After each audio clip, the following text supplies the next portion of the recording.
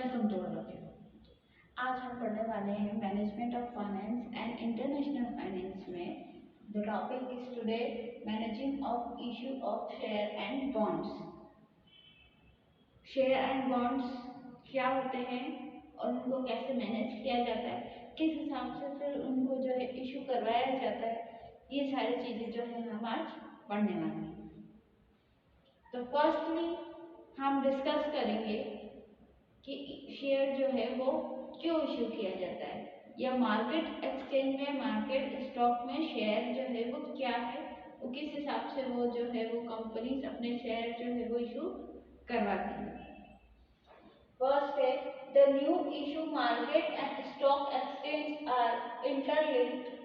जो new issue market जो start किया है और जो स्टॉक एक्सचेंज रहता है वो क्या है, एक दूसरे से इंटरलिंक्ड है।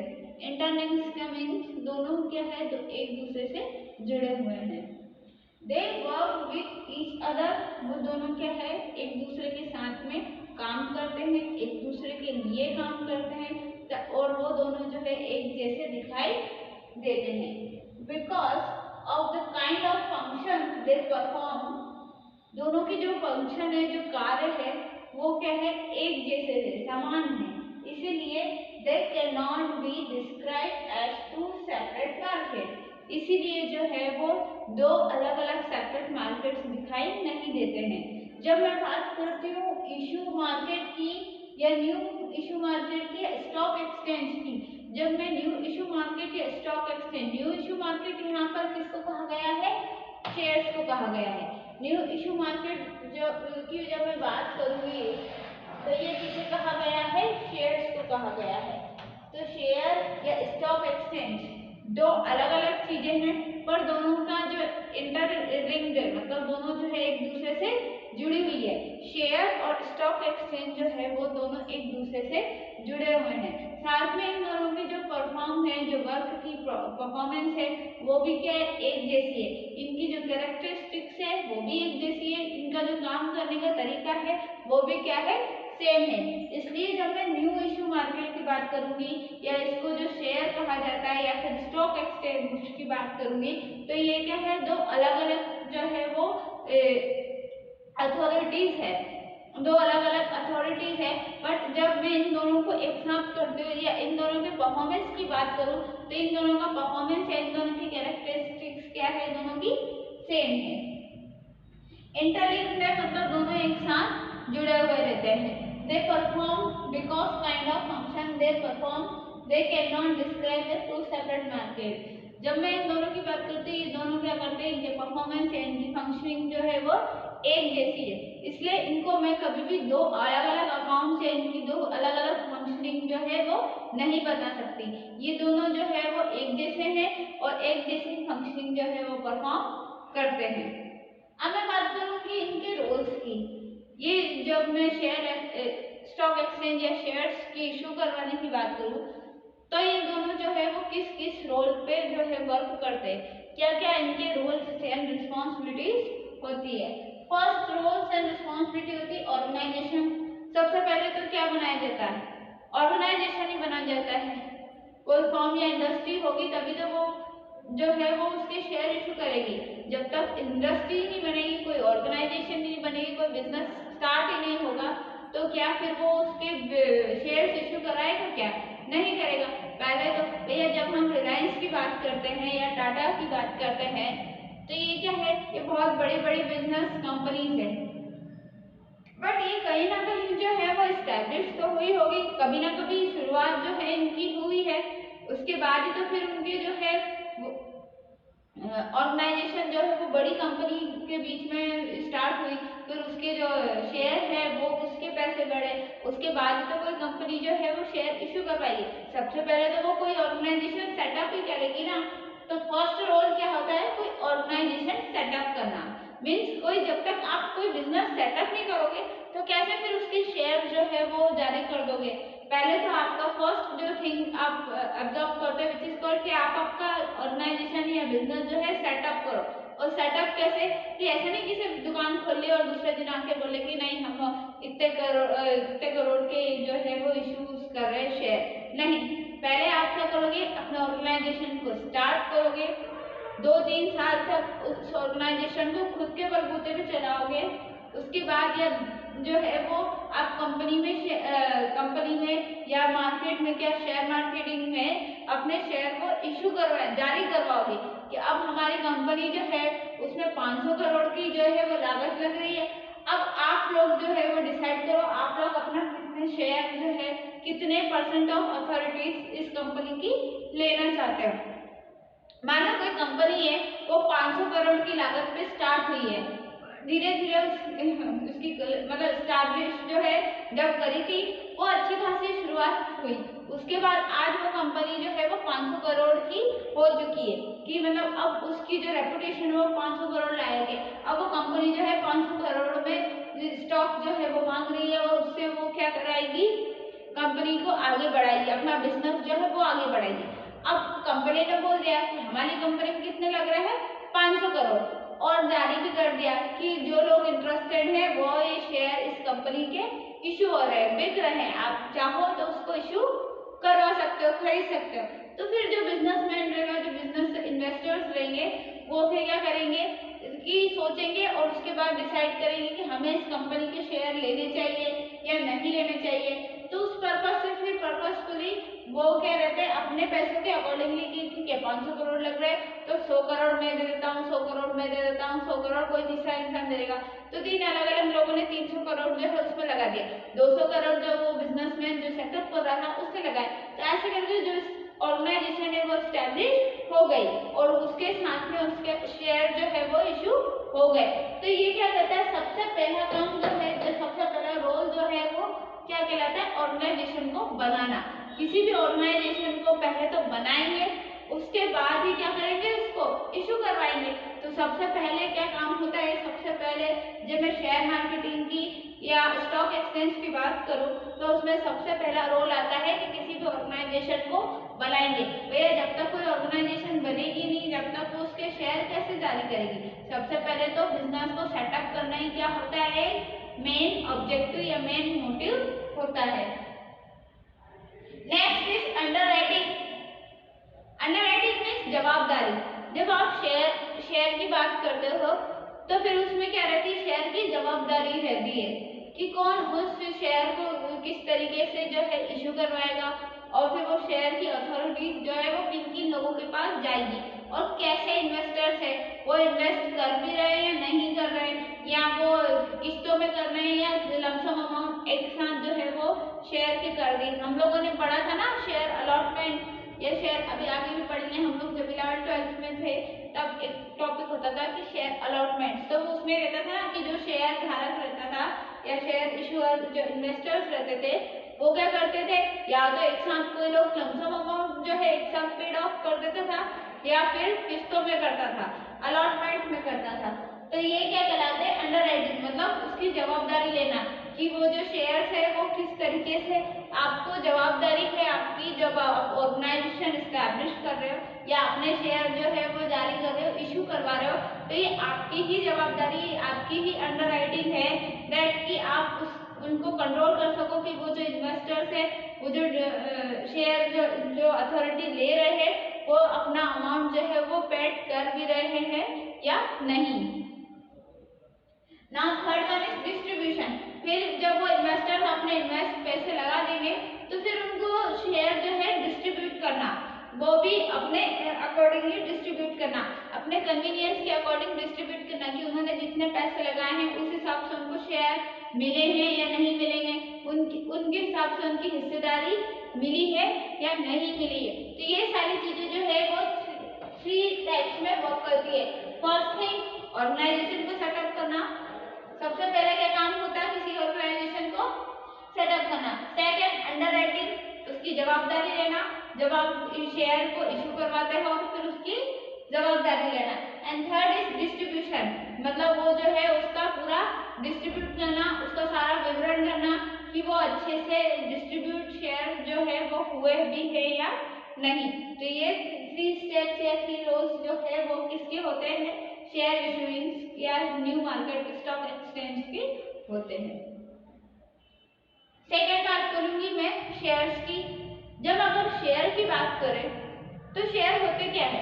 First thing which is called stock और शेयर्स क्या होते हैं? मैंने आपको अभी बताया स्टॉक एक्सचेंज और शेयर जो है वो एक जैसे होते हैं। तो ये मेनली शेयर क्या होते हैं? हम कोई चीज खरीद लेते हैं तो क्या वो हमारे पास आ जाती है? वो नहीं। जब कोई ऑर्गेनाइजेशन स्टार्ट होती है तो उसमें शेयर जो है वो एक तरह की हिस्सेदारी रहती है, पार्टनरशिप बोल सकते हो आप या हिस्सा कह सकते हो। आपका उस कंपनी पे उतना हक जो है वो बन जाता है। मैंने आपको अभी बताया जैसे मान लो 500 करोड़ की कोई कंपनी इस्टेब्लिश हुई है, उसने अपने शेयर जारी कर दिए।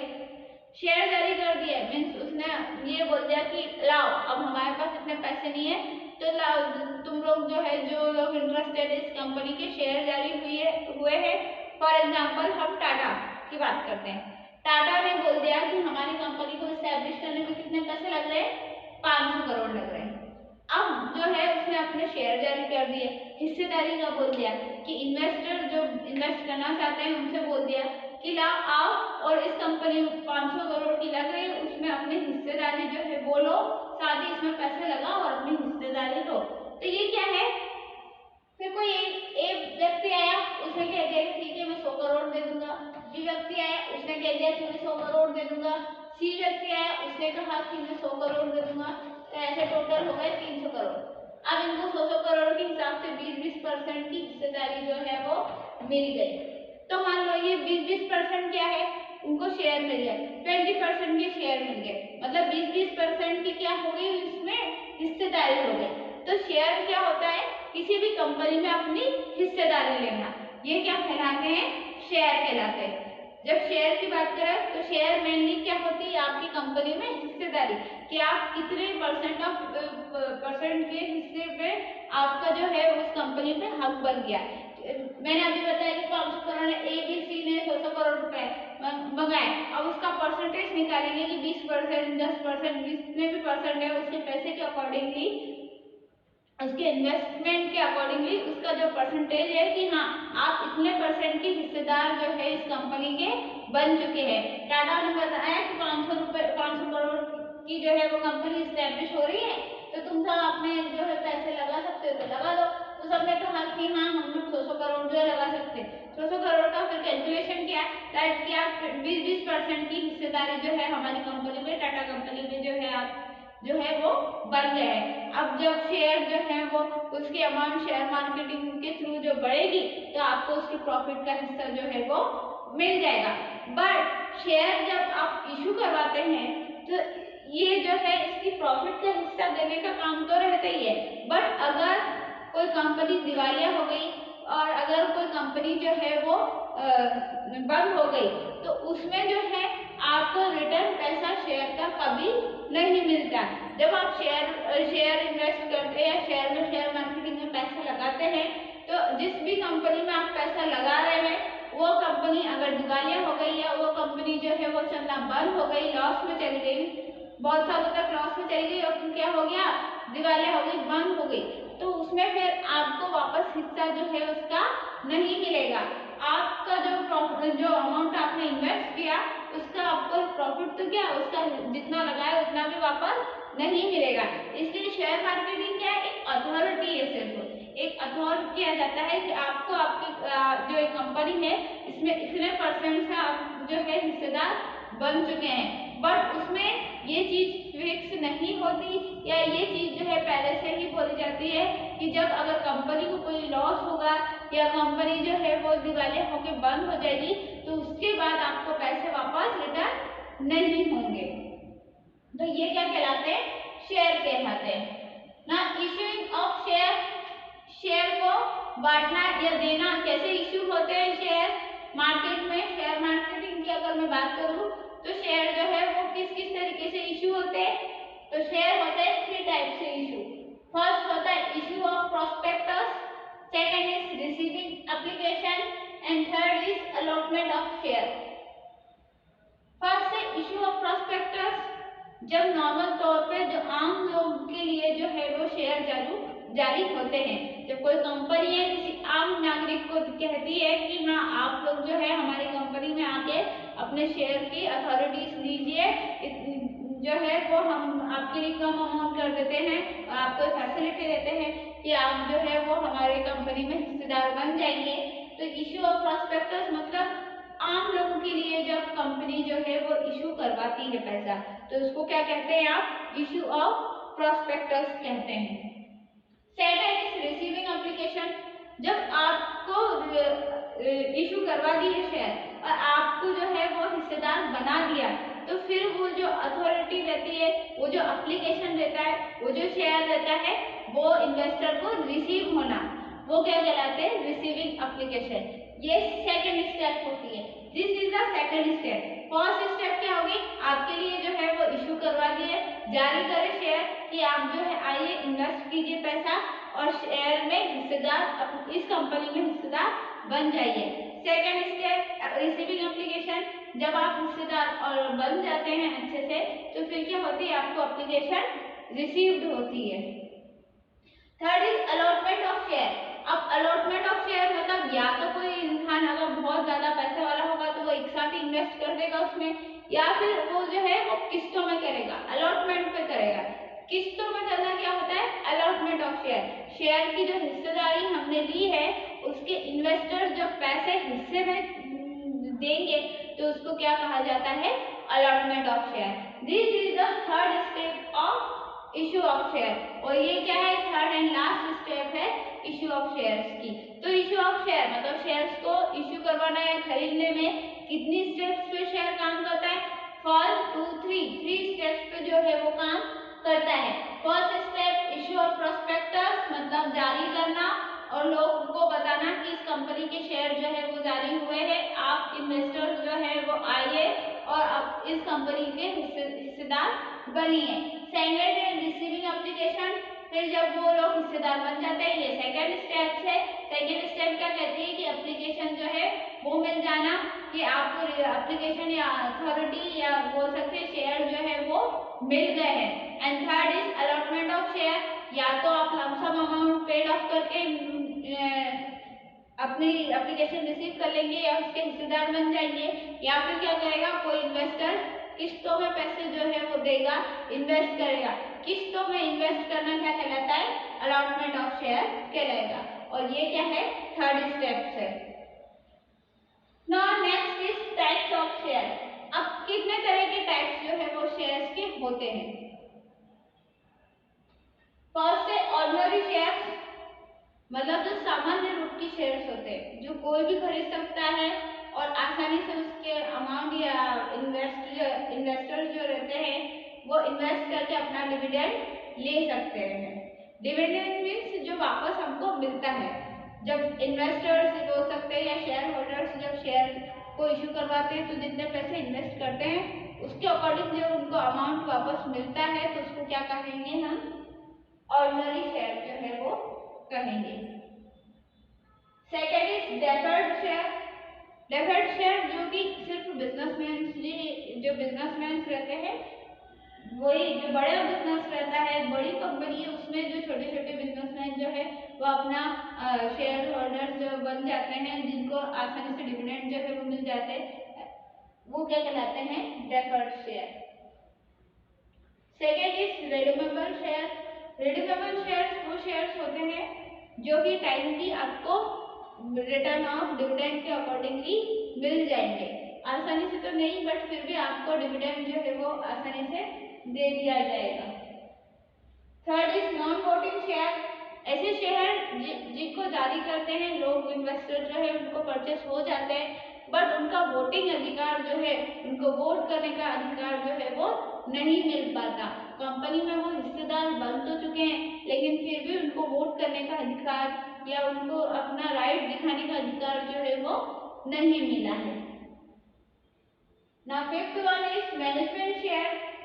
ऐसे शेयर जिनको राइट भी मिल जाता है और पूरी तरीके से वो मैनेज भी करते हैं, तो ये क्या कहलाते हैं, मैनेजमेंट ऑफ शेयर्स कहलाते हैं। Now sixth one is alphabet shares. Last is alphabet share, जो शेयर जारी करते हैं तो उनको अकॉर्डिंग टू देयर अलॉटमेंट और अकॉर्डिंग टू देयर शेयर्स जो है वो अपने हिसाब से शेयर की हिस्सेदारी जो है वो उनको मिल जाती है। तो ये क्या कहलाते हैं, अल्फाबेट शेयर्स। तो ये था इशू ऑफ शेयर्स। सबसे पहले तो शेयर और न्यू इशू मार्केट क्या होते हैं या स्टॉक एक्सचेंज क्या है, दोनों एक जैसे होते हैं। ये दोनों जो है वो एक जैसे परफॉर्म करते हैं अपने वर्क को। फर्स्ट है ये दोनों एक दूसरे से इंटरलिंक्ड रहते हैं। मैंने आपको बताया ये दोनों क्या है, इंटरलिंक्ड है। ये दोनों सेपरेटली एक्सचेंज नहीं होते।